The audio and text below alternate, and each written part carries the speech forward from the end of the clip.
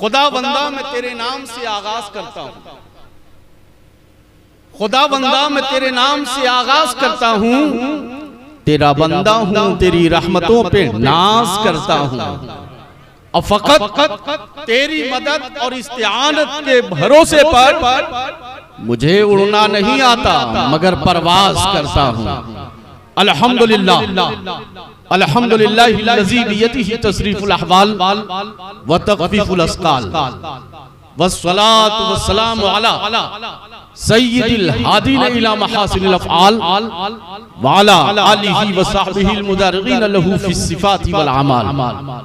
अम्मा बाद फ़ऊज़ु बिल्लाहि मिनश शैतानिर रजीम बिस्मिल्लाहिर रहमानिर रहीम। इन्नद-दीन इंदल्लाहिल इस्लाम। सदक़ल्लाहु मौलाना अज़ीम व सदक़ रसूलुहुन नबियुल अमीनुल करीम। मुझसे पेशतर खतीब नौजवान हजरत मौलाना आरिफ वकार नोमानी साहब के मुख्तसर मगर धुआंधार खिताब आपने समाअत फरमाया। अल्हम्दुलिल्लाह बड़ी अच्छी नातें तमाम शुरा इकराम और नातख़्वां हजरात से आप समाअत कर रहे हैं। किस किस का नाम लूं और किस किस को छोड़ दूं, जो जर्रा जिस जगह है वही आफताब है। आप उनके तरन्नुम की किरणों से अपने दिलो दिमाग को मुनव्वर फरमा रहे हैं। चंद लम्हे मेरी खिताबत के कुएं के खारे पानी से आप अपने अमराज की शफा ढूंढे। उसके बाद जनाबे नदीम रजा फैजी का वो मीठा आबशार जिसका बूंद बूंद ऐसा लगता है कि शहद के सैकड़ों दरिया उसके अंदर मौजूद हैं, आप इंशाअल्लाह उससे शराबोर होंगे। यकीनन मिठास सबको पसंद है, लेकिन कभी कभी कड़वी दवाएं इतनी जरूरी होती हैं कि उसे हम अपने मासूम बच्चों के हलकूम से भी उतारना इसलिए गवारा करते हैं कि अल्लाह ने इसमें शफा रखी है। इंशाअल्लाहुल अजीज थोड़ी देर आपको लगेगा कि नदीम रजा फैजी के तरन्नुम की बरसात होती, हम उसमें नहाते। कहां से ये मौलाना हमारी खींचातानी करने के लिए तशरीफ ले आए। लेकिन अल्हम्दुलिल्लाह बैठे इसलिए कि आज ये आम जलसा नहीं है, ये फजीलत का जश्न मनाया जा रहा है। आपके इस मोहल्ले में एक आलिम दीन का इजाफा हुआ है और उलमा तशरीफ रखते हैं। आपने सुना होगा कि मौतुल आलम, एक आलिम की मौत दुनिया की मौत है, एक आलिम की मौत आलम की मौत है। तो जस्ट लाइक इसके अपोजिट अगर एक आलिम की मौत एक आलम की मौत है, अगर एक आलिम की मौत एक दुनिया की मौत है, तो जब हमारे इलाके में एक आलिम पैदा हो जाए तो समझो उस इलाके को जिंदगी मिल रही है, समझो उस इलाके को अल्लाह ताला जिंदा करना का फैसला कर चुका है। मैं मुबारकबाद पेश करता हूँ तमाम हजरात को, पूरे इलाके को, सिर्फ उनके माँ बाप उनके खानदान को नहीं, कि अल्हम्दुलिल्लाह अल्लाह ने ये इरादा और फैसला फरमा लिया है कि आपके इलाके को हर तरह जिंदगी अता करें। इसलिए एक आलिम दीन को अल्लाह ने पैदा फरमाया। हजरात कुछ भी गुफ्तगू सुनीत से पेशतर अगर आप इजाजत दें तो चार मिसरे में नजर करूं, बोलिए इजाजत है? मजमा बोले उलमा इकराम का समर्थन तो है, स्टेज समर्थन में है। पूरे मजमे से मैं चाहता हूं आपकी इजाजत है, चार मिसरे में पढ़ना चाहता हूं, बोलिए इजाजत है? दोनों हाथ उठाकर पूरा मजमा बोले या रसूल अल्लाह। हमें ऐसा बैठे, ऐसा न लगे देखने वाले को कि आप चहल्लुम में बैठे हैं, ऐसा लगे कि आप जश्न ईद मिलादुन नबी में, जश्न दस्तारे फजीलत में और अज़मत वालिदैन कॉन्फ्रेंस में बैठे हैं। पूरा मजमा दोनों हाथ उठाकर कहिए या रसूल अल्लाह, और जिंदगी के साथ या रसूल अल्लाह। ये चार मिसरे पढ़ता हूं, देखें हजरात, हर किसी की ख्वाहिश होती है कि अजमेर शरीफ में हाजिरी हो जाए, बगदाद पहुंच जाए तो क्या बात है, गुंबद खजरा के करीब हाजिरी नसीब हो जाए तो कहना क्या है। ये लेकर जाएंगे, वो लेकर जाएंगे, ये पेश करेंगे, वो पेश करेंगे, लेकिन ये चार मिसरे सुने, एक अंदाज अलग है। शबनम जयपुरी चंद महीने पहले उनका इंतकाले पुरमलाल हुआ। इस शेर को उन्होंने कहा है, वो शायर हैं। इस शेर के मुलाहिजा फरमाएं ये चार मिसरे कि शाहे दी की चौखट पर खाली हाथ जाना है। देखें माशाल्लाह हमारे अनाउंसर साहब नकीब अहले सुन्नत हजरत मौलाना फिरोज अंबर साहब, फिरोज रहबर साहब माशाल्लाह। अभी तो शेर का पूरा खजाना है, इंशाल्लाह यहाँ से खुलेगा। ये चार मिसरे मुलाहिजा फरमाएं। शाहे दी की चौखट पर, शाहे दी की चौखट पर खाली हाथ जाना है। आप भी सोच रहे मौलाना इतने बड़े दरबार में हाजिरी हो और तुम खाली हाथ जाओगे, तो नोट करें कि शाहे दी की चौखट पर खाली हाथ जाना है। लोग गुल चढ़ाते हैं, हमको दिल चढ़ाना है। लोग गुल चढ़ाते हैं, हमको दिल चढ़ाना है। अच्छा 12 टाण नाम है मोहल्ले का भैया। बहुत देर से याद कर रहा था मैं इस नाम को कि इस मोहल्ले का गांव का नाम क्या है। तो जनाबे मौलाना आरिफ वकार साहब ने मुझे याद कराया, बार बार याद कराया, तो याद हुआ 12 टाण नाम है भैया। बोले ना 12 टाण नाम है, तो 12 टाण वाले और जहाँ जहाँ भी इलाके से लोग आए हैं, आप ये बताइए, चाहे वो जोहर की नमाज हो, असर की नमाज हो, मगरिब की नमाज हो, ईशा की नमाज हो, जुमा की नमाज हो, या ईद और बकरीद की नमाज हो, इमामत का जो मुसल्ला आपके यहाँ बिछा है, उस मुसल्ले पर एक इमाम होता है या दो इमाम होता है? बोलिए ना भाई, बोलिए जल्दी बोलिए। एक इमाम होता है या दो इमाम होता है? जोहर की नमाज हो तब भी मुसल्ले इमामत पर एक ही होगा, जोहर की नमाज हो तब भी मुसल्ले इमामत पर एक ही होगा, ईशा की नमाज हो तब भी एक ही होगा, जुमा की नमाज इतनी बड़ी तादाद लेकिन इमामत के मुसल्ले पर एक ही होगा। अरे जुमा और 5 वक्ता छोड़ो, ईद की नमाज पूरा इलाका उमड़ आया है ईदगाह में ईद की नमाज अदा करने के लिए, लेकिन एक ही इमाम होगा मुसल्ले इमामत पर। अब मैं आपको एक सीन दिखा रहा हूँ, उस मंजर को देखें और अपनी मोहब्बतों का इजहार कीजिएगा। देखें कि शाहे दी की चौखट पर खाली हाथ जाना है। लोग गुल चढ़ाते हैं, हमको दिल चढ़ाना है। और एक ही मुसल्ले पर दो इमाम हैं शबनम, एक ही मुसल्ले पर दो इमाम हैं शबनम। पुष्प पर नवासा है और बंदगी में नाना है। पुष्प पर नवासा है, पुष्प पर नवासा है, नारे नवासा है, मसलके आला हज़रत एक ही मुसल्ले पर अहले सुन्नत हजरत अल्लामा तारिक अनवर साहब किबला, एक ही मुसल्ले पर दो इमाम हैं शबनम, पुष्प पर नवासा है और बंदगी में नाना है। एक शहादत का इमाम है, दूसरा रिसालत का इमाम है।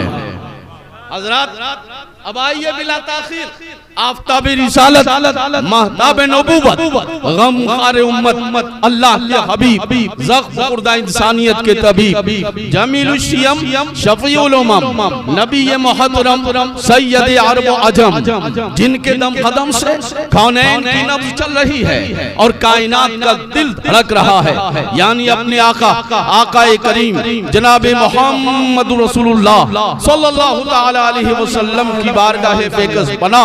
नारे तकबीर, नारे रिसालत, मसलके आला हजरत उलमाए अहले सुन्नत हजरत नदीम रजा फैजी मधुपुरी, जनाबे मुनाजिर रजा मधुपुरी, वाह जिंदाबाद माशाअल्लाह। आइए नदीम भाई।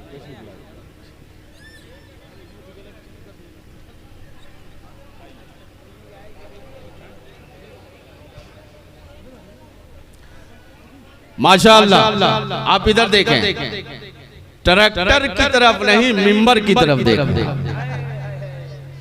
अच्छा, बड़ी हैरत की बात है कि आप लोग पढ़े लिखे समझदार लोग हैं, आपके इलाके में उलमा की अल्हम्दुलिल्लाह कसीर तादाद है।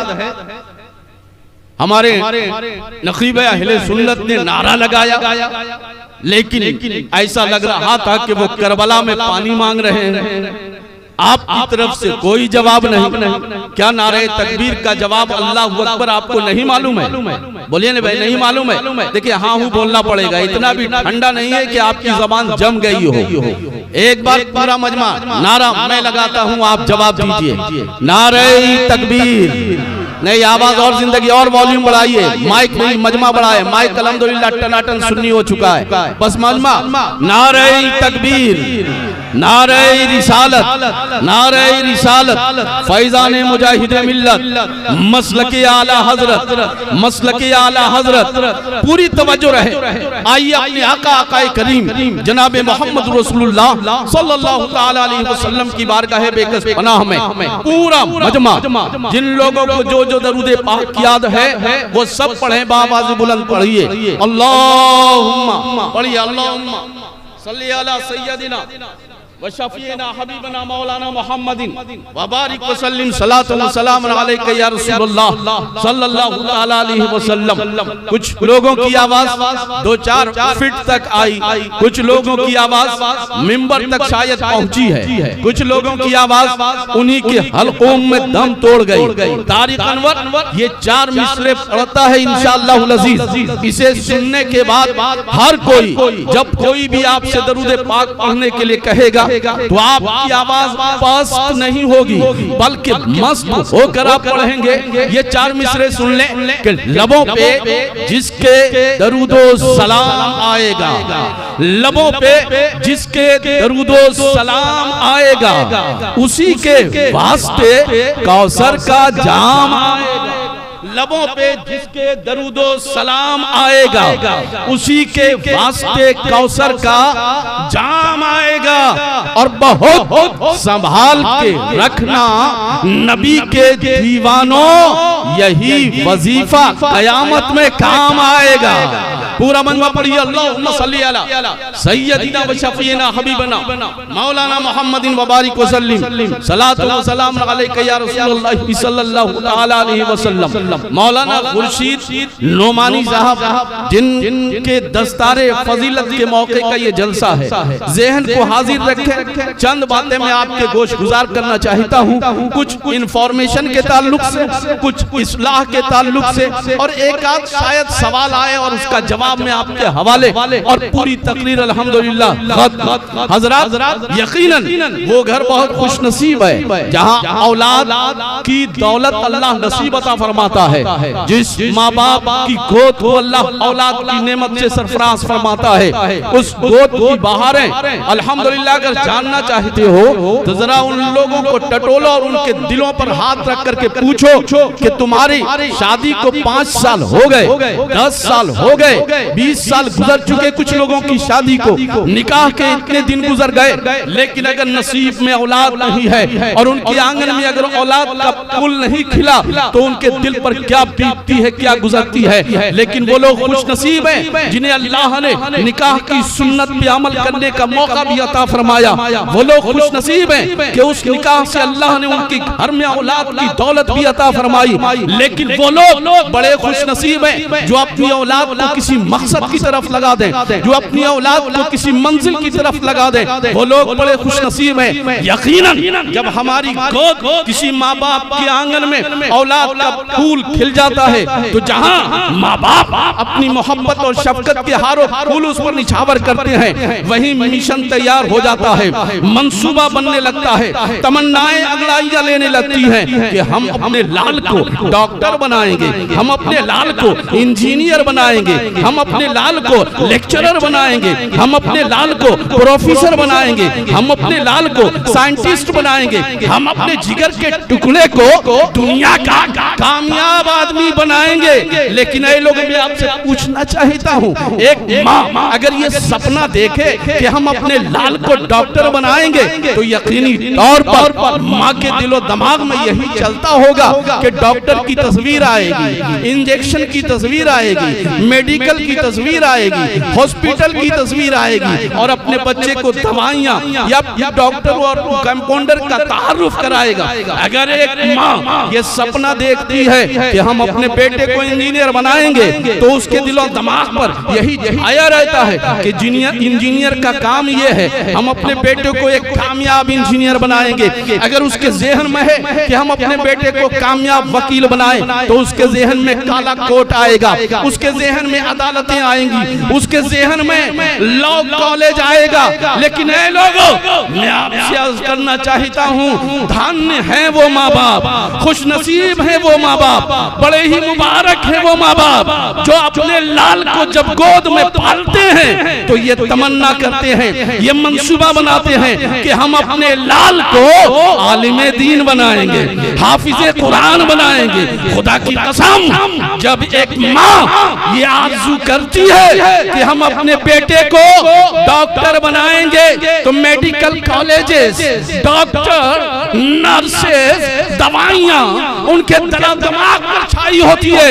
लेकिन अगर एक माँ ये तमन्ना कर ले कि हम अपने बेटे को आलिमे दीन बनाएंगे, तो उसके दिलो दिमाग में कभी गुंबदे खजरा होता है, कभी नबी की सूरत होती है, कभी नबी की सुन्नत होती है। और जब अपने बेटे को नहीं, अगर हुजूर तशरीफ ले जाना है तो खामोशी से जाइए। अच्छा, दस्तारबंदी, हाँ भाई, तो हमें बोलना ना चाहिए, हम रोक लेते हैं।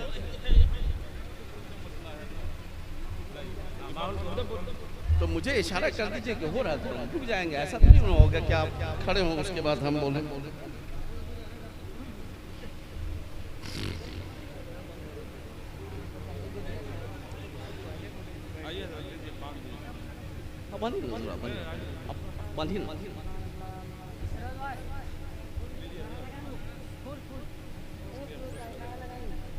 माशाल्लाह, नाम लगाइए।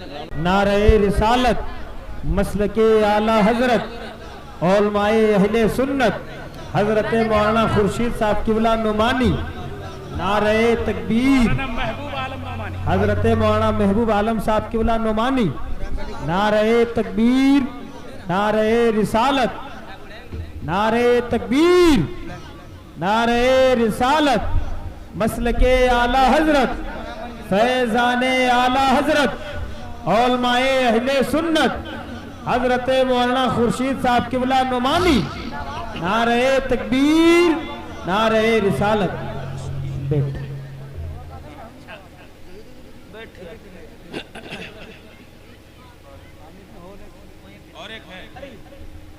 अच्छा, माशाल्लाह, बांधी ना मैं।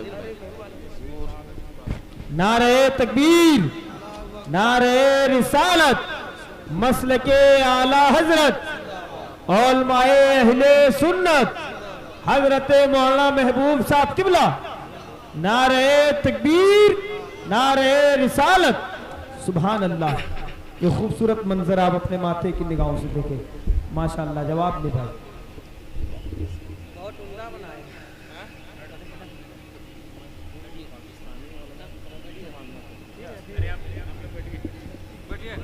आप लोग खुश हैं भैया?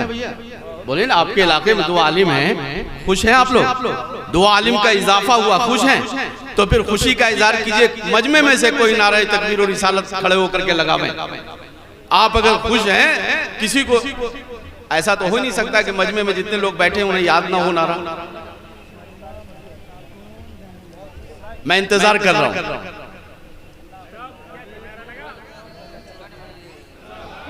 जवाब दें, जवाब दें, जवाब दीजिए, जवाब दीजिए।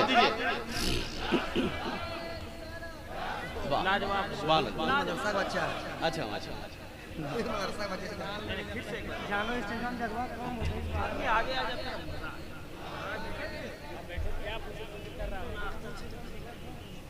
तशरीफ रखिए। मौलाना महबूब साहब, मौलाना खुर्शीद साहब, आपकी जिम्मेदारियां काफी बढ़ गई हैं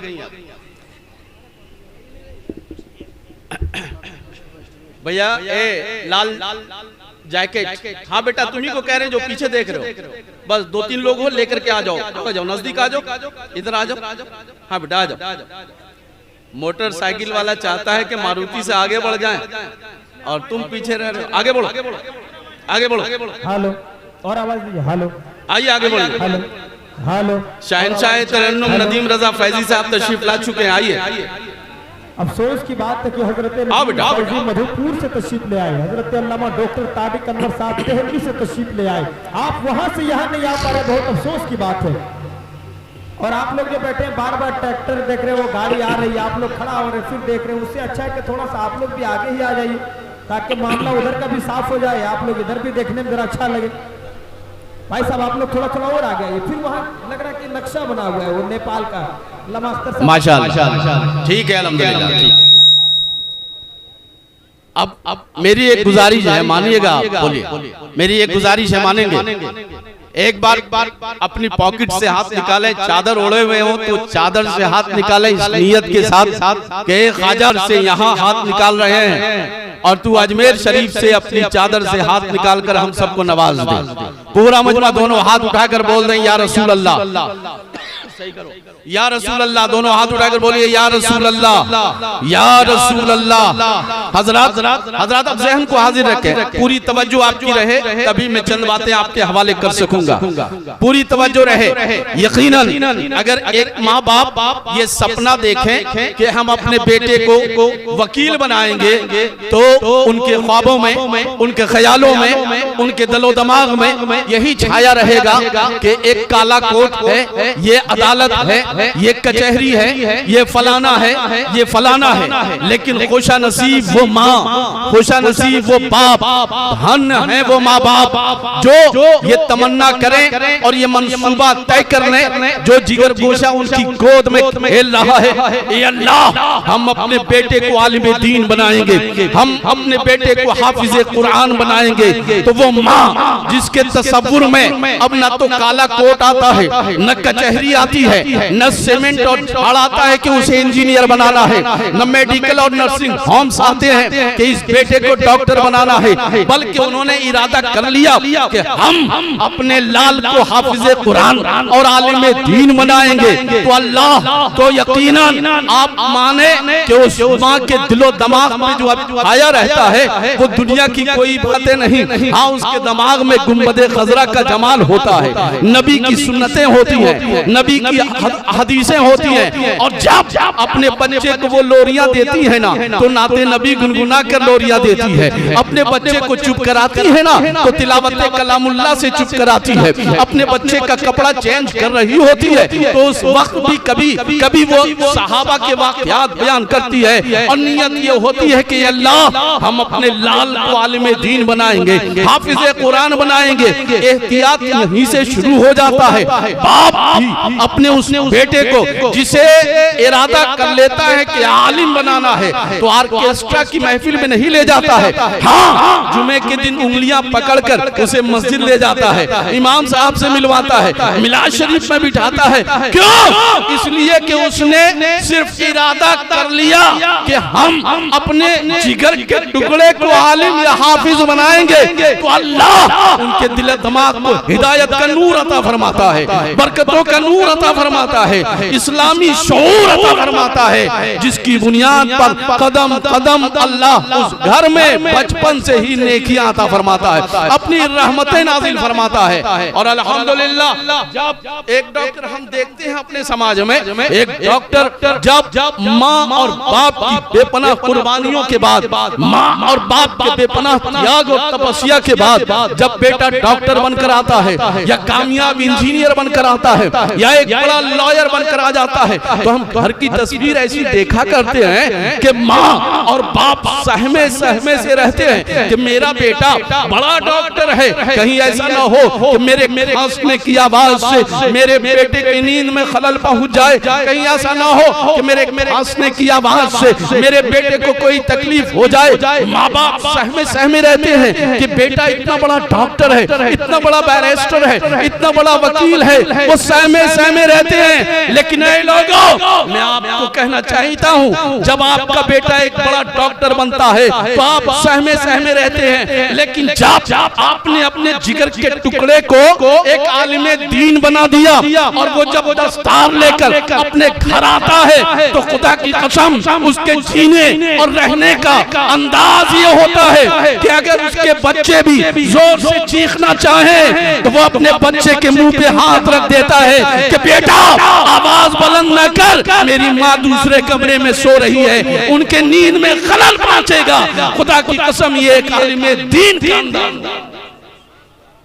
इसलिए वो लोग बड़े खुशनसीब हैं जिन्हें अल्लाह ने ये दौलत बख्शी। और अब देखें हजरत मौलाना खुर्शीद साहब, हजरत मौलाना महबूब साहब, उलमा के मुबारक हाथों से जिनकी अभी भी दस्तार हुई, ये जब आए दस्तार फजीलत लेकर तो ये इन्होंने तमाशा नहीं किया, इन्होंने हंगामा नहीं किया, इन्होंने अपनी डिग्री के चर्चे के लिए कोई प्रोग्राम नहीं किया, बल्कि इस प्रोग्राम को जो उन्होंने मुनक्किद किया है उसका उन्वान रखा है अज़मत-ए वालिदैन कॉन्फ्रेंस।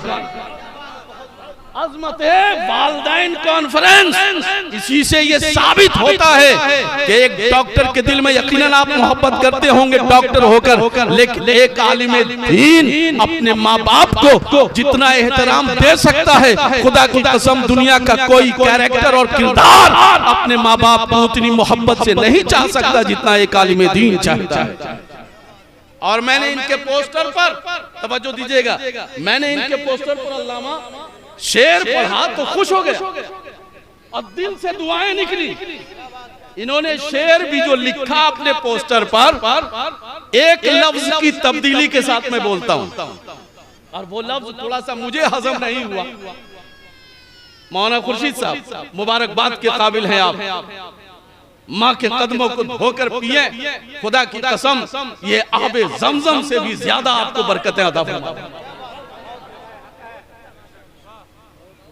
और आपने जश्न दस्तार फजीलत कि इस मौके से जो उन्वान दिया है वो पूरी कौम और पूरी दुनिया को और दुनिया की तमाम कौमों को आपने ये पैगाम दिया है कि अल्हम्दुलिल्लाह जो रसूलुल्लाह के दीन का अलमबरदार होता है, जो रसूलुल्लाह की विरासत का अलमबरदार होता है, उसके दिल में माँ बाप का एहतराम कितना होता है। इन्होंने 4 मिसरे लिखे हैं, मैं दोहराता हूँ कि चरागे शाम यकीनन बुझा के सोते हैं, चरागे शाम यकीनन बुझा के सोते हैं, मगर नसीब की शम्मा जला के सोते हैं। हाँ हूँ कुछ कहिएगा आप लोग, कहिए ना भाई सुभान अल्लाह, पूरा मजमा बोले जी लगा कर सुभान अल्लाह। चरागे शाम यकीनन जला के सोते हैं, मगर नसीब की शम्मा, चरागे शाम यकीनन बुझा के सोते हैं, मगर नसीब की शम्मा जला के सोते हैं। और वो रोज ख्वाब में जन्नत को देखते होंगे,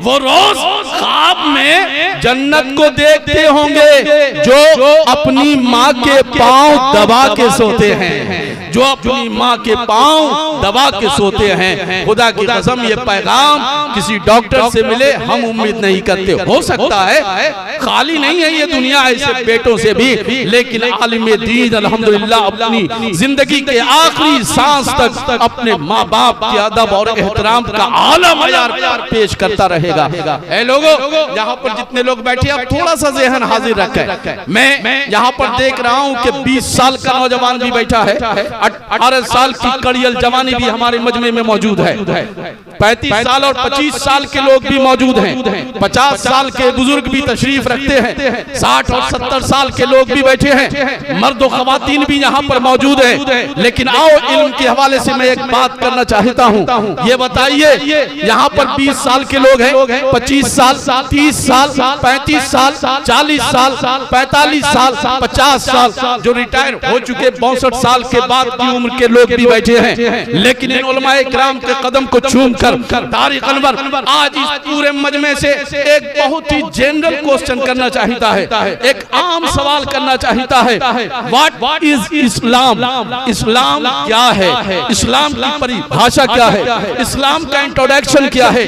आप में से है कोई जो जवाब दे सके। यकीनन मेरा तो तजर्बा ये है कि वो लोग चाहे मुखिया साहब हो, प्रधान जी हो, पार्षद जी हो या फिर उलमा के अलावा दूसरा कोई भी केडर और कैरेक्टर हो जिनकी जबान राजधानी की तरह चलती है, लेकिन जब मैंने ये छोटा सा सवाल किया तो उनकी जबान गुंग हो जाती है। जिनकी जबान कैंची की तरह चलती है उस जबान को भी जंग लग जाती है। व्हाट इज इस्लाम, आप जवाब दें। अगर यही सवाल आप किसी फैक्ट्री और कंपनी में काम करते हैं, वहां आपका कोई गैर मुस्लिम भाई पूछ ले, आपका नाम अहमद है, आपका नाम अली है, आपका नाम अब्दुल्ला है, ऐ मेरे दोस्त आप मुसलमान मालूम होते हो, मुझे बताओ कि इस्लाम क्या है।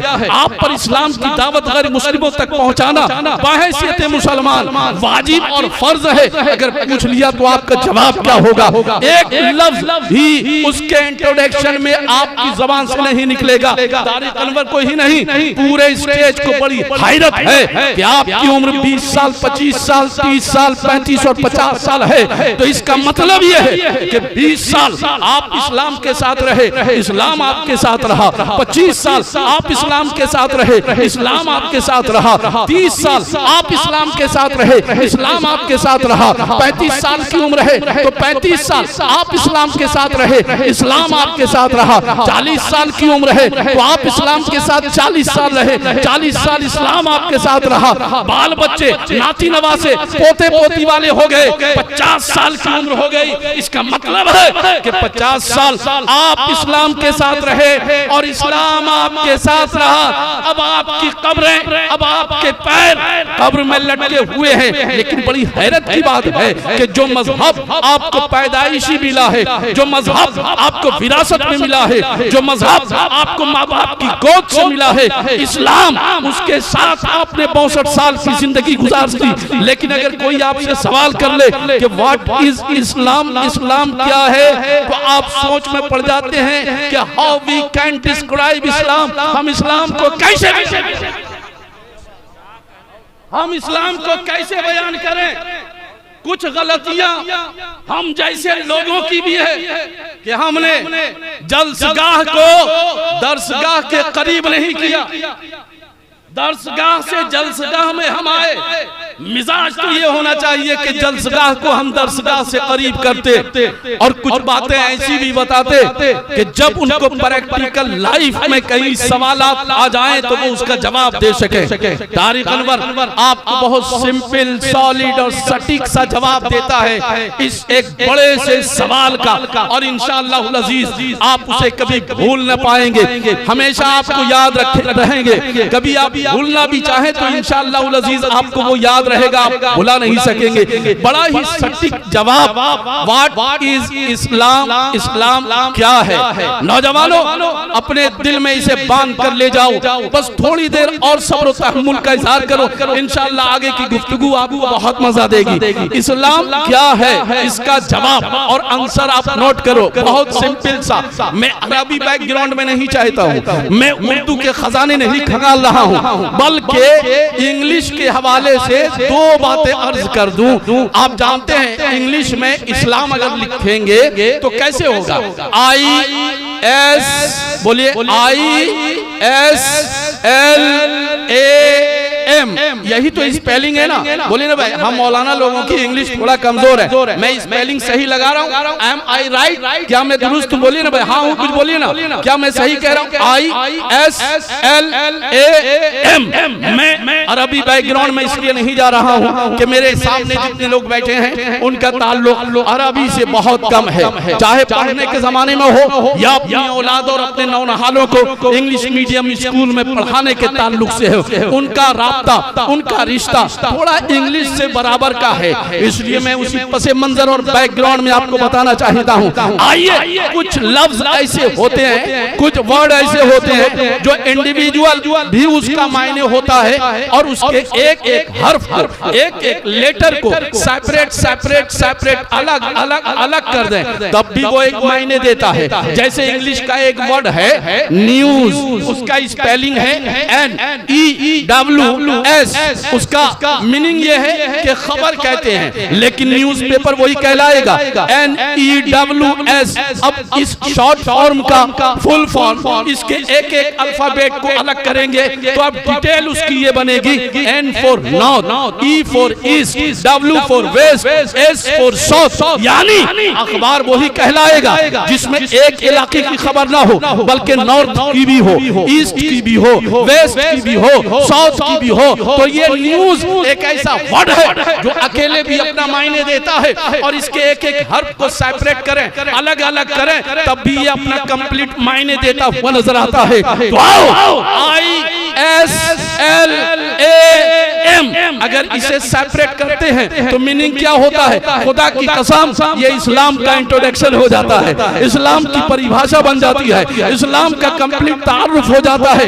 आई जिसका मायने है मैं, तवज्जो है आपकी, बोलिए ना, तवज्जो है आपकी।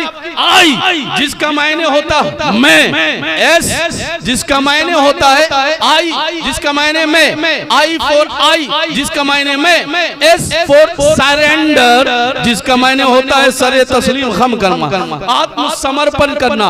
I surrender. उसके बाद है एल का मतलब होता है एल फॉर लेजिस्लेशन, या फिर आसान इंग्लिश में एल फॉर लॉ कह सकते हैं। और उसके बाद जो वर्ड है वो है ए, जिसका मायने होता है अल्लाह, जिसका मीनिंग होता है अल्लाह। और उसके बाद है एम फॉर मोहम्मद।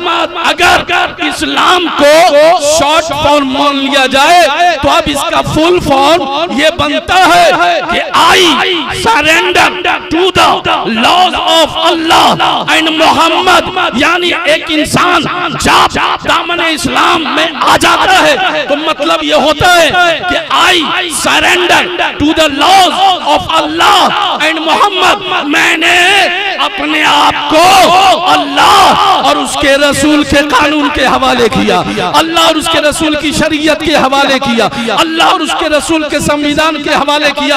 अब थोड़ी सी तवज्जो देना, अगर इस्लाम को गला लगाने का मतलब ये है कि मैंने अपने आप को अल्लाह और उसके कानून के संविधान के समर्पित किया, तो इसका मतलब यह है कि अब हमारा जो भी कदम उठेगा, जिंदगी का जो भी शोबा हो, जिंदगी का जो भी डिपार्टमेंट हो, जिंदगी का जो भी मैदान हो, उसमें अपना कानून नहीं चलेगा बल्कि इस्लाम का कानून चलेगा। अब एक मोमिन का खाना, एक मुस्लिम का खाना उसके कानून के मुताबिक नहीं बल्कि इस्लाम के कानून के मुताबिक होगा। हमारा पीना अब हमारे कानून के मुताबिक नहीं बल्कि इस्लाम के कानून के मुताबिक होगा। हमारा सोना जागना, उठना बैठना, हमारी जिंदगी की तमाम मसरूफियात अब हमारे रस्म रिवाज या हमारे कानून के मुताबिक नहीं बल्कि इस्लाम के कानून की रोशनी में होगा। हमारे मामला अपनी कानून की रोशनी में नहीं बल्कि इस्लाम के कानून की रोशनी में होंगे। हमारी इबादत इस्लाम के कानून की रोशनी में होंगे। हमारे मामला इस्लाम की कानून की रोशनी में होंगे। सुबह होगी तो इस्लाम के कानून की रोशनी में, दोपहर गुजरेगा तो इस्लाम के कानून की रोशनी में, दिन बीतेगा तो इस्लाम के कानून की रोशनी में, रातें गुजरेंगी तो इस्लाम के कानून की रोशनी में, गम की घड़ियों को हम डील करेंगे तो इस्लाम के कानून की रोशनी में, तवज्जो रहे, इस्लाम के कानून की रोशनी में, और रातें गुजरेंगी तो इस्लाम के कानून की रोशनी में। और इतना ही नहीं, हम अपने बच्चे की तालीम करेंगे तो इस्लाम के कानून की रोशनी में, तरबियत करेंगे तो इस्लाम के कानून की रोशनी में, परवरिश करेंगे तो इस्लाम के कानून की रोशनी में। और तारिक अनवर डंके की चोट पर कहना चाहता है कि हमारी शादी भी जो होगी वो इस्लाम के कानून की रोशनी में, निकाह भी जो मुनक़िद होगा वो इस्लाम के कानून की रोशनी में। और तारिक अनवर अब डंके की चोट पर कहना चाहता है, बारह टाड़ के लोगों हिफाजत करना, रांची से पटना तक, पटना से लखनऊ तक, लखनऊ से दिल्ली तक, जोगी से योगी तक, योगी से मोदी तक, असेंबली से पार्लियामेंट तक। तारिक अनवर कहना चाहता है कि हमारे तलाक का भी जो मामला वो हल होगा तो किसी के बाप के कानून की रोशनी में नहीं बल्कि रसूल पाक के कानून की रोशनी।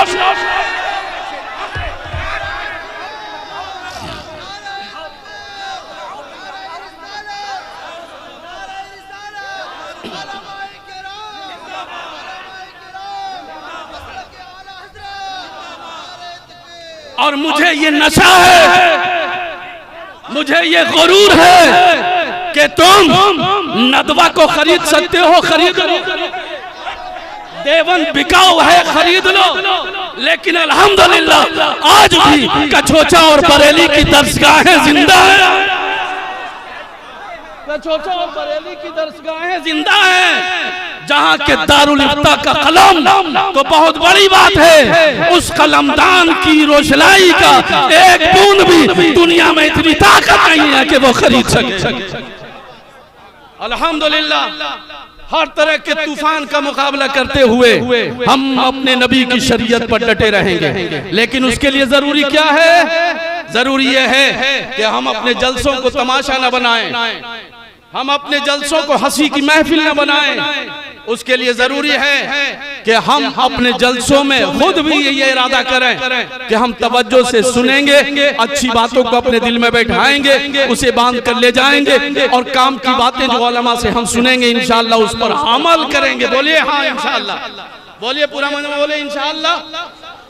हजरत दिल बड़ा दुखता है, दिल बड़ा दुखता है और सोचता हूं कि कहां कहां इस्लाह किया जाए, कहां कहां किस किस जख्म पर मरहम रखा जाए।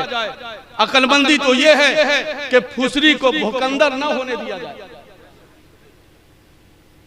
अक्लमंदी तो यह है छोटे से जख्म को नासूर होने से पहले ही इलाज कर दो। अगर आपने आज इलाज नहीं किया अपने इस्लामी माशरे के जिस्म पर ये जो छोटे छोटे फोड़े और फुंसियां हैं, तो कल ये नासूर बन जाएंगे। तो फिर दरसगाहों के उलमाओं के जलसगाहों की बहुत सारी एनर्जी इसमें लग जाएगी जो बर्बाद होगी और नतीजा भी नहीं निकलेगा।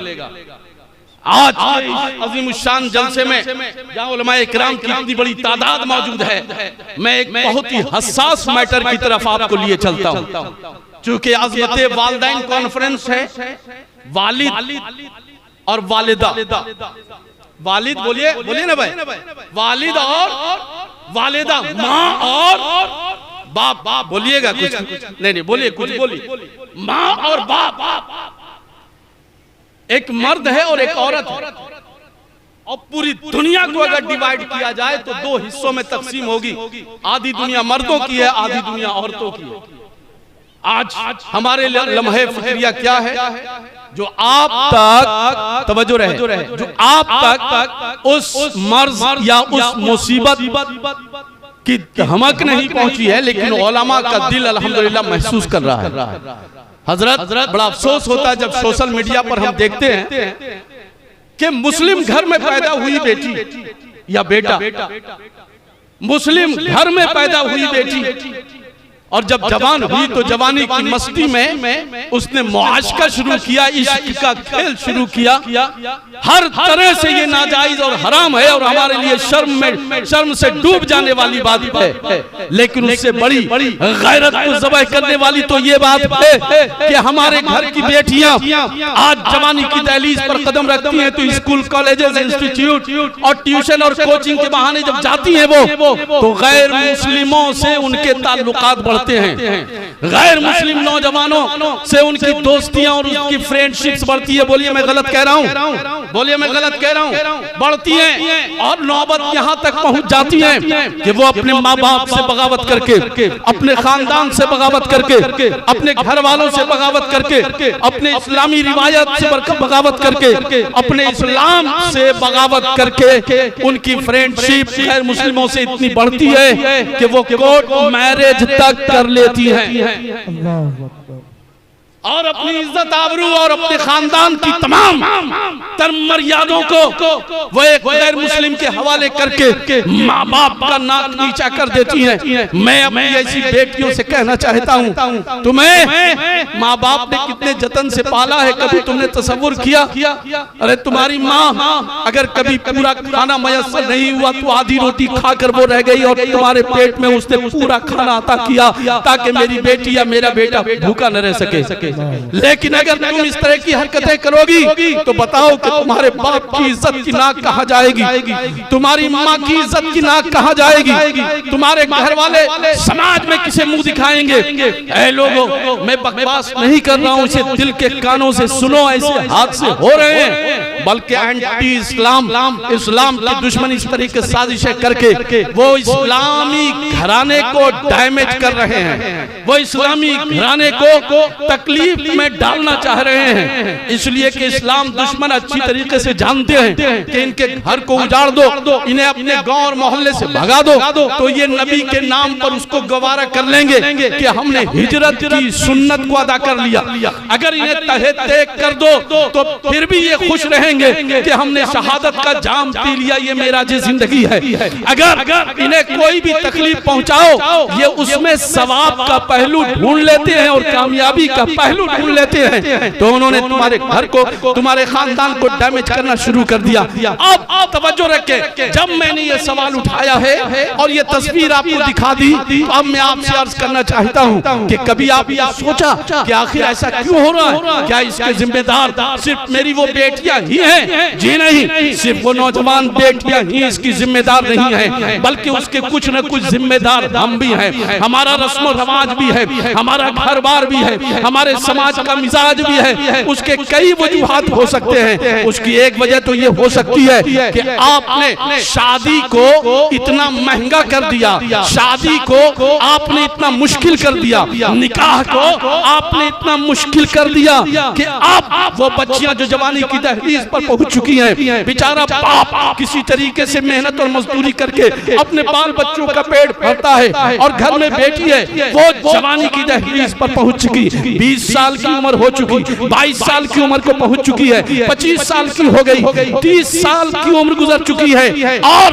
अल्लाह और उसके बाप के घर में इतनी दौलत नहीं है कि वो बेटे वालों का मुंह मांगा जहेज पूरा कर सके और अपनी बेटी के हाथ को पीले कर सके। वो बेटी जो जवानी की दहलीज पर पहुंचकर कसमसा रही है, उसे जब मौका मिलता है तो बहता हुआ पानी किसी तरफ भी बह सकता है। मैं आपसे कहना चाहता हूं, अगर तुम चाहते हो कि इस्लामी माशरे का खद्दो खाल बाकी रहे, इस्लामी माशरे की सूरत हाल बेहतर हो, इस्लामी माशरे की रिवायतें महफूज रहे, तो आपको शादी आसान करनी पड़ेगी, जहेज के रस्म को आपको दूर करना पड़ेगा।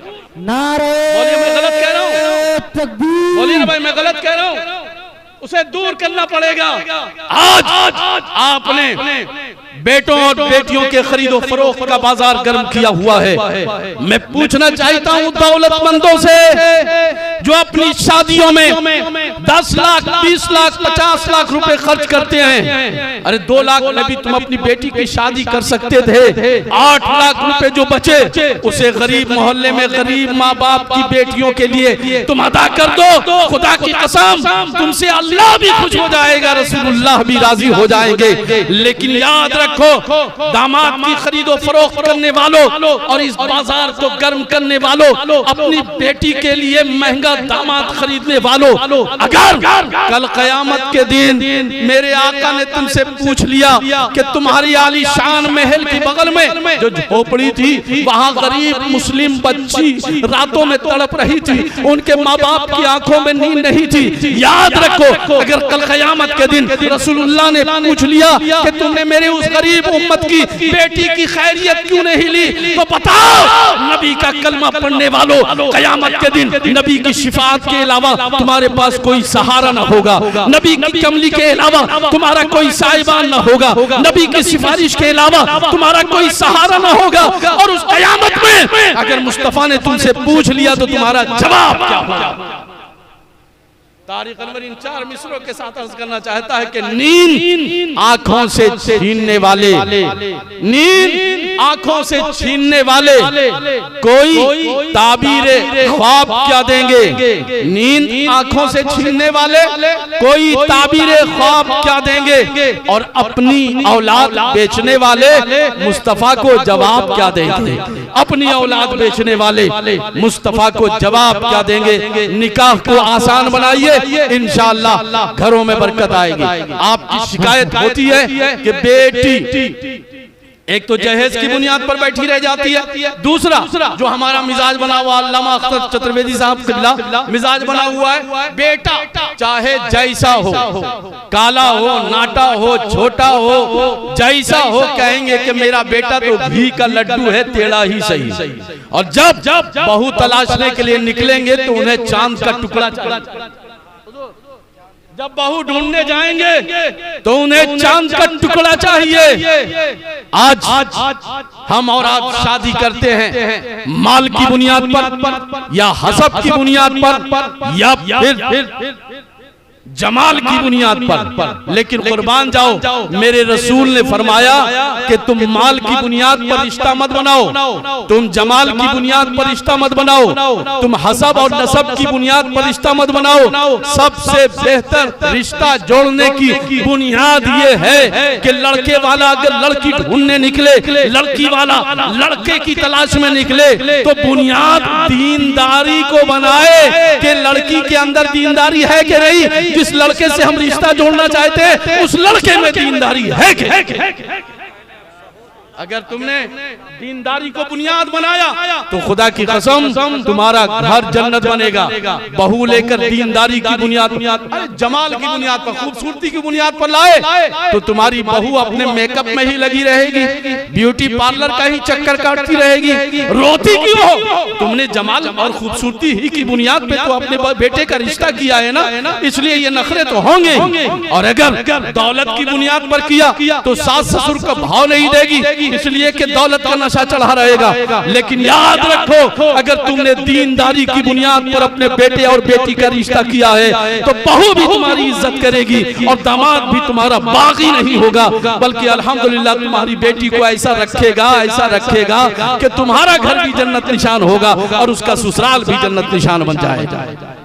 हजरात, इसलिए इस तरफ आप तवज्जो दें। और एक वजह ये भी है कि हमने अपनी बच्चियों को दीनी तालीम नहीं दिया, हमने अपनी बच्चियों को इस्लाम का इंपॉर्टेंस नहीं बताया, हमने अपनी बच्ची को दौलत ईमान क्या चीज होती है उसका सबक नहीं पढ़ाया। अगर हमने अपनी बच्चियों को दीनी तालीम से आरास्ता किया होता, रसूल की मोहब्बत से उसके सीने को भर दिया होता, हमने अपनी बच्ची को अगर ईमान की कीमत और दौलत की कीमत बता दी होती, तो खुदा की कसम वो किसी भी बुनियाद पर ईमान का सौदा कभी नहीं करती। वो अपने घर में सिसकियां लेकर जी लेती, लेकिन ईमान का सौदा नहीं करती। वो अपने बाप के दहलीज पर दम तोड़ देती, लेकिन कभी इस्लाम को हाथ से जाने नहीं देती। लेकिन हमने अपनी बच्चियों को चूंकि ईमान की कीमत बताई नहीं, ईमान की दौलत का क्या महत्व है हमने उसे बताया नहीं। इसकी वजह कर हमारी बच्चियां जब कॉलेज, यूनिवर्सिटीज, कोचिंग में जाती हैं तो वहां दुनिया की ऐशो इशरत, दौलत को देख करके वो गलत फैसला कर लेती हैं और ईमान को और इस्लाम को ठुकरा देती हैं। जरूरत इस बात की है कि हम अपनी बच्चियों को भी दीनी तालीम से आरास्ता, बोलिए जल्दी से, मैं अपनी तकरीर समेट रहा हूँ, दीनी तालीम से आरास्ता अपनी बच्चियों को भी करें और अपनी बच्चियों को ये भी बताएं कि ऐ मेरी बेटियों, तुम्हें इस्लाम ने बहुत कुछ दिया है, तुम्हें इस्लाम ने, दुआएं चाहूंगा, अपनी बेटियों को ये भी बताएं कि तुम्हें इस्लाम ने बहुत कुछ दिया है और जितना कुछ दिया है तुम्हें इस्लाम ने, दुनिया का कोई मजहब, दुनिया का कोई धर्म, दुनिया का कोई दीन, दुनिया का कोई समाज, दुनिया की कोई सोसाइटी, दुनिया का कोई स्कूल ऑफ थॉट बेटियों को वो मकाम नहीं अता कर सकता जो रसूलुल्लाह ने और मजहब इस्लाम ने अता फरमाया है। इसकी पूरी तफसीलात आपके सामने है। अगर बेटी है, अगर ये औरत का रूप बेटी है तो अल्लाह ने बेटी को जन्नत का जरिया फरमाया है। अगर यही बीवी है तो अल्लाह के रसूल ने फरमाया नेक और साले बीवी अगर मिल जाए तो तुम्हारे घर को जन्नत बना देती है। और अगर औरत का यही रूप माँ में तब्दील हो जाए तो फिर अल्लाह के रसूल ने इस माँ के मकाम को, इस औरत के मकाम को इतना बुलंद फरमाया, इतना बुलंद फरमाया, इतना बुलंद फरमाया कि जन्नत उसके कदमों के नीचे लाकर रख दिया। और नबी फरमाते हैं अल जन्नतो ताहता अक़दामे उम्महातिकुम, जन्नत तुम्हारी माँ के कदमों के नीचे।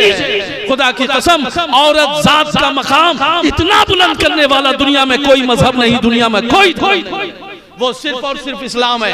तुम अपनी बेटियों को बताओ, ये समझाओ और ये भी बताओ कि बेटियां सिर्फ ये नहीं कि इस्लाम ने तुम्हें दिया है, अल्हम्दुलिल्लाह इस्लाम को भी तुमने बहुत कुछ दिया, तुमने भी इस्लाम को बहुत कुछ दिया है। जब हम अपनी औलाद को बताते हैं कि तुम्हारा इंपॉर्टेंस, तुम्हारी अहमियत, तुम्हारी जरूरत मेरे लिए, मेरी फैमिली के लिए, खानदान के लिए ये है, तो उस बेटे को अपने खानदान में रहना गर्व हासिल होता है। उसे लगता है कि हाँ मेरी जरूरत मेरे घर वालों की है, मेरी अहमियत मेरे घर में है, घर वालों से प्यार करने लगता है वो। लेकिन अगर आप अपने बेटे को डांट डपट करें, तेरी कोई जरूरत नहीं, तेरा कोई मकाम नहीं, तेरी कोई इंपॉर्टेंस नहीं, तेरी कोई अहमियत नहीं, कभी अपनी औलाद को इस तरह न झिड़कें। अगर इस तरह झिड़केंगे तो बगावत का जज्बा घर से, घर वालों से आपकी औलाद के दिलों में पैदा होगा। मैं बड़े करीब से आपको समझाना चाहता हूं ताकि आपका घर,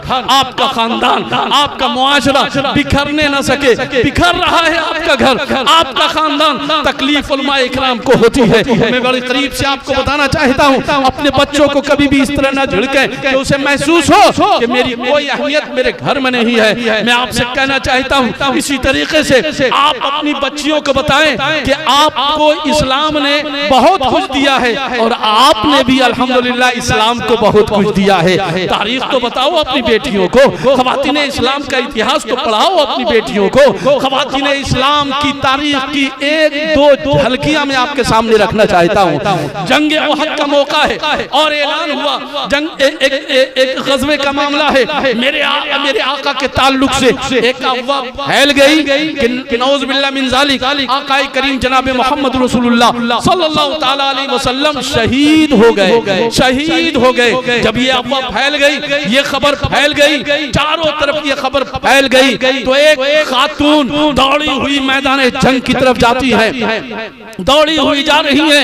एक मुजाहिद मैदान जंग से आते हुए नजर आ गए, उनको पकड़ लिया। पकड़ने के बाद पूछा, ये बताओ हम लोगों ने ऐसा सुना है कि नौज़ बिल्लाह रसूलुल्लाह शहीद हो गए, क्या ये सच है? बोल दो कि ये गलत है। लेकिन उस मुजाहिद ने जवाब देने के बजाय ये कहा, ए खातून मैं जानता हूँ कि आपके बेटे इस जंग में शरीक हुए हैं। ए खातून आपके बेटे शहीद हो गए, वो जामे शहादत नोश कर चुके हैं। लेकिन उस खातून ने फिर कहा, ए मुजाहिद ये बताओ कि मेरे नबी कैसे हैं? तो उस मुजाहिद ने कहा, आपके शौहर उस जंग में शरीक हुए थे ना, वो भी अल्लाह को प्यारे हो गए, जामे शहादत नोश कर चुके हैं। लेकिन वो खातून उस जवाब से बेपरवाह होकर उस मुजाहिद से फिर झिलोड़ कर पूछती है, ये बताओ कि मेरे नबी कैसे हैं, मेरे आका कैसे हैं? तो उस मुजाहिद ने कहा कि आपके वालिदे गिरामी भी शरीक हुए थे इस जंग में, आप बहुत खुशनसीब हैं कि बेटा भी शरीक हुआ, शौहर भी शरीक हुए, आपके वालिदे गिरामी भी, ये तीनों अहम रिश्ते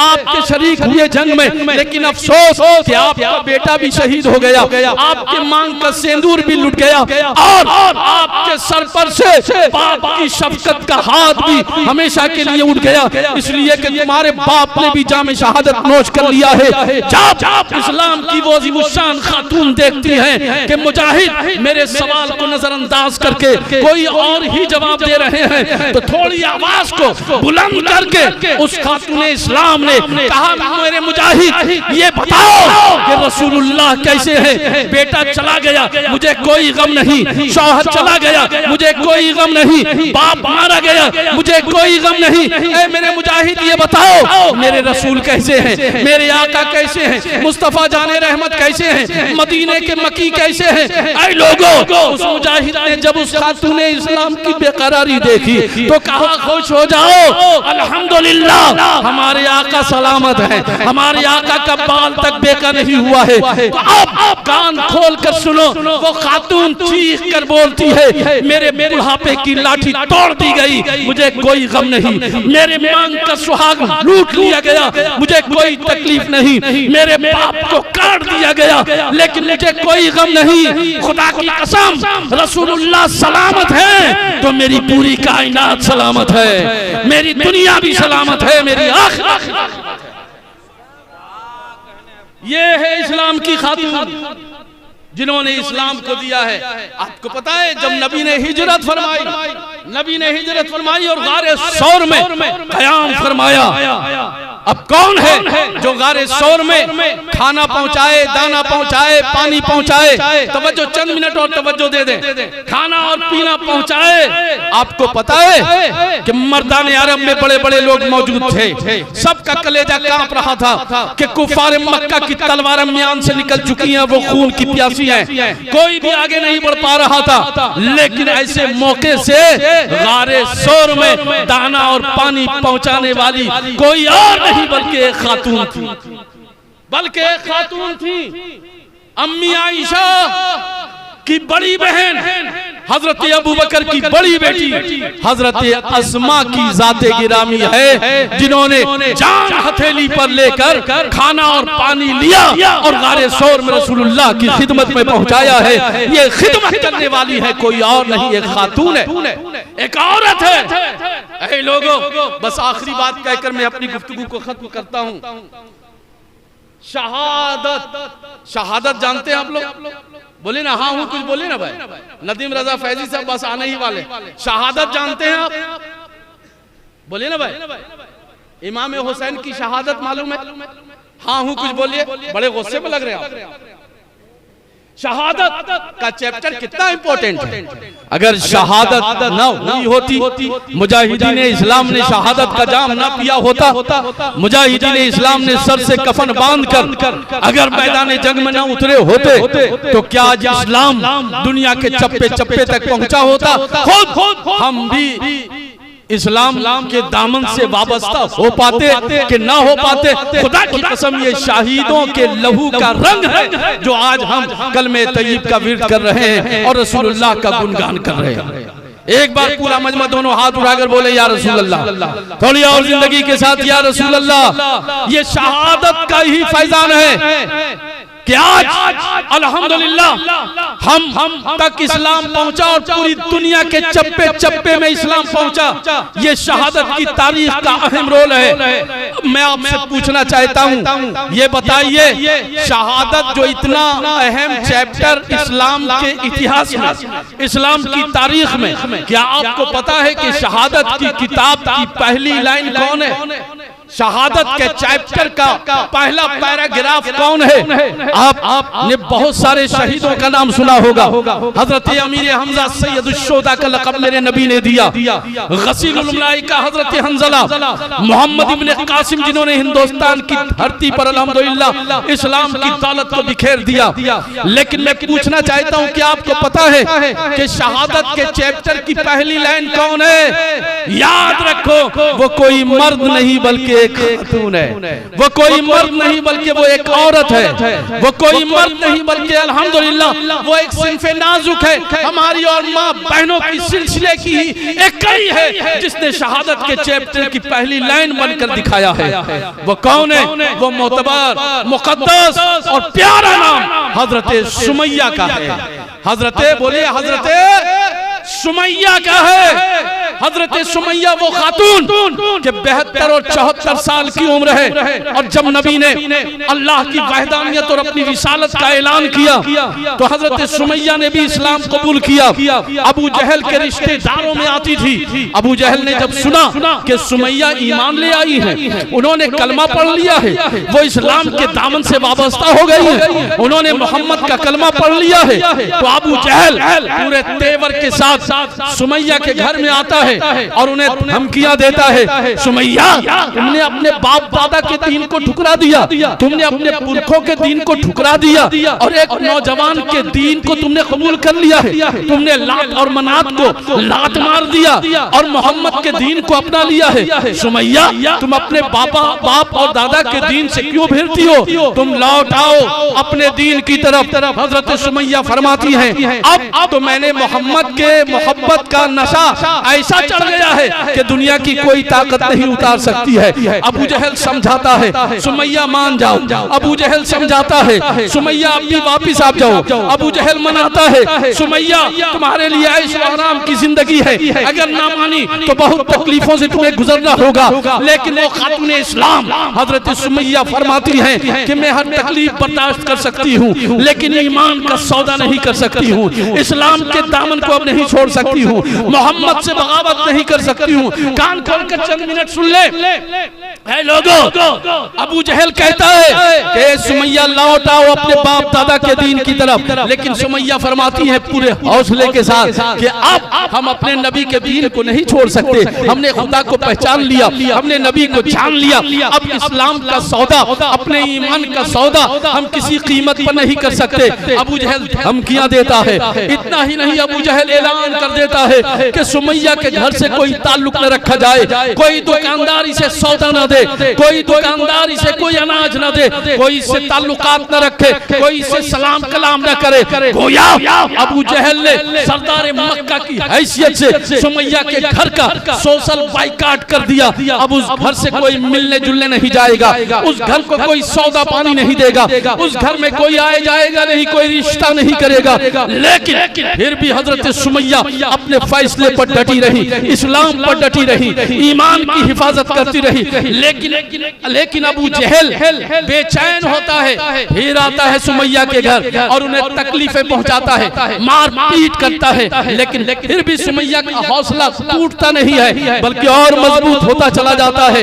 ऐ लोगों, हर तरह से अबू जहल ने देख लिया कि अब सुमैया मानने को तैयार नहीं है, तो एक दिन अबू जहल अपने गुंडों के साथ सुमैया के घर में आ धमकता है और वो 72 और 74 साल की बूढ़ी खातून को बाल पकड़कर घसीट कर उन्हें उनके घर से निकाल कर चौराहे पर ले आता है। अगर हजरत सुमैया की शहादत के वाक़ये को बयान ही लफ्ज बयान कर दिया जाए तो आपका दिल खून के आंसू रोने लगे, आपका कलेजा फट जाए। अबू जहल और गुंडों ने हजरत सुमैया एक खातून है, 72 साल की खातून, आप सोच सकते हैं, अपनी माँ को तसव्वुर कीजिए, अपनी दादी का तसव्वुर कीजिए, अपनी नानी का तसव्वुर कीजिए। अबू जहल हजरत सुमैया को बाल पकड़कर घसीट कर चौराहे पर लाता है, लोगों को ऐलान कर देता है, ऐ नौजवानों, इस खातून पर पत्थर बरसाए जाएं। बच्चे नौजवान उस बूढ़ी खातून पर पत्थर और कंकरी फेंक रहे हैं, लेकिन फिर भी हजरत सुमैया है कि इस्लाम से बगावत नहीं करती है, इस्लाम का सौदा नहीं करती है, दौलत ईमान की हिफाजत करती है। और इतना ही नहीं, अबू जहल की प्यास जुल्म और सितम की अब भी ना बुझी तो उसने 2 ऊंट मंगवाए, एक ऊंट की गर्दन में रस्सी का एक सिरा बांध दिया, दूसरा सिरा हजरत सुमैया के पांव में बांध दिया, दूसरा ऊंट लेफ्ट साइड में रखा और एक सिरा उसने गर्दन में ऊंट के बांध दी और दूसरा सिरा